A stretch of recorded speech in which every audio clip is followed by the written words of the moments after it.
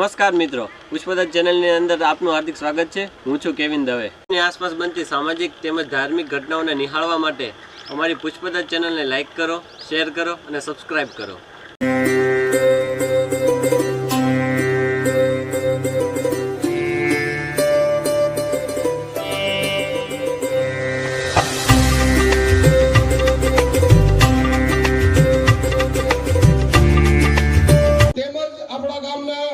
પનોતા પુત્ર અને જેને એક વીર સૈનિક કહેવાય, જે ઓપરેશન સિંદૂર દરમિયાન કાશ્મીરના પૂંછ વિસ્તારની અંદર દુશ્મનો સાથે લડતા જેઓ ઘાયલ થયા હતા, તેઓને જ્યારે હોસ્પિટલ એડમિટ કર્યા ત્યારે સાહેબે એમના પિતા શ્રી હરપાલસિંહજી અને પ્રતિભાસિંહજી જોડે પણ ટેલિફોનિક ચર્ચા કરી હતી।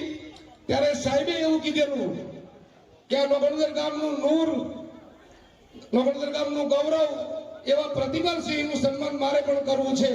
તો આ તો એમને ખાલી પ્રતીક સ્વરૂપ છે અને સાથે એવું સન્માન પણ ન કહી શકાય, કારણ કે આવો આપણા ગામનું ગૌરવ છે। આપણે પછી પણ એમનું વિશાળ કાર્યક્રમ ગોઠવશું।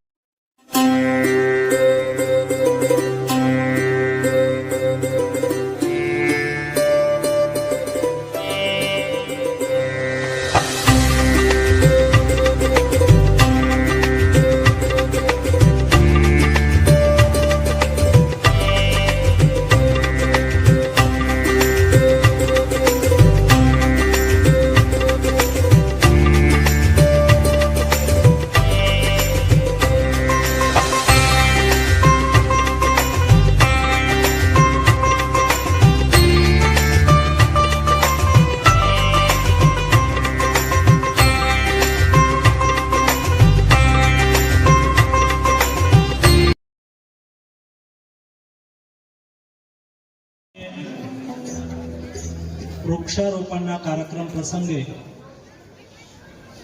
આયોજિત કાર્યક્રમમાં આપણા વચ્ચે ઉપસ્થિત જેમનું આપણે સન્માન કર્યું, આ ગામના યુવા સપૂત રાષ્ટ્રભક્ત પ્રતિપાલસિંહજી, ગામના તમામ વડીલો, યુવાનો, સુરતથી અને અન્ય શહેરથી પધારેલા વતન પ્રેમી ભાઈઓ અને બહેનો, આ પ્રતિભાલભાઈને એમના પિતાજીને કોને પ્રેરણા આપી? મારો દીકરો સેનામાં જાય। દોસ્તો, એક સૈનિક તરીકે,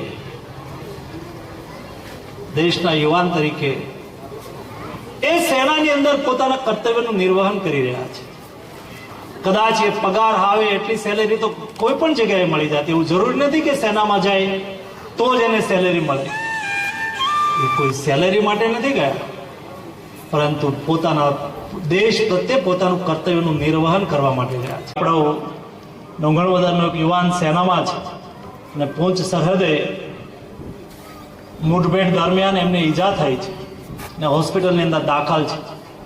મેં એમના પિતાજીને ફોન કર્યો, નંબર લીધો, મેં પ્રતિપાલભાઈને ફોન કર્યો। દોસ્તો, કદાચ એ બેડ ઉપર હશે, परंतु मैं एनो हौसलो जो मैंने कहूँ कि डॉक्टर साहब, आप जैसे लोग हैं ना, मोदी जैसे प्रधानमंत्री है ना, हमारा हौसला बुलंद है, आप चिंता मत करिए, देश सुरक्षित है।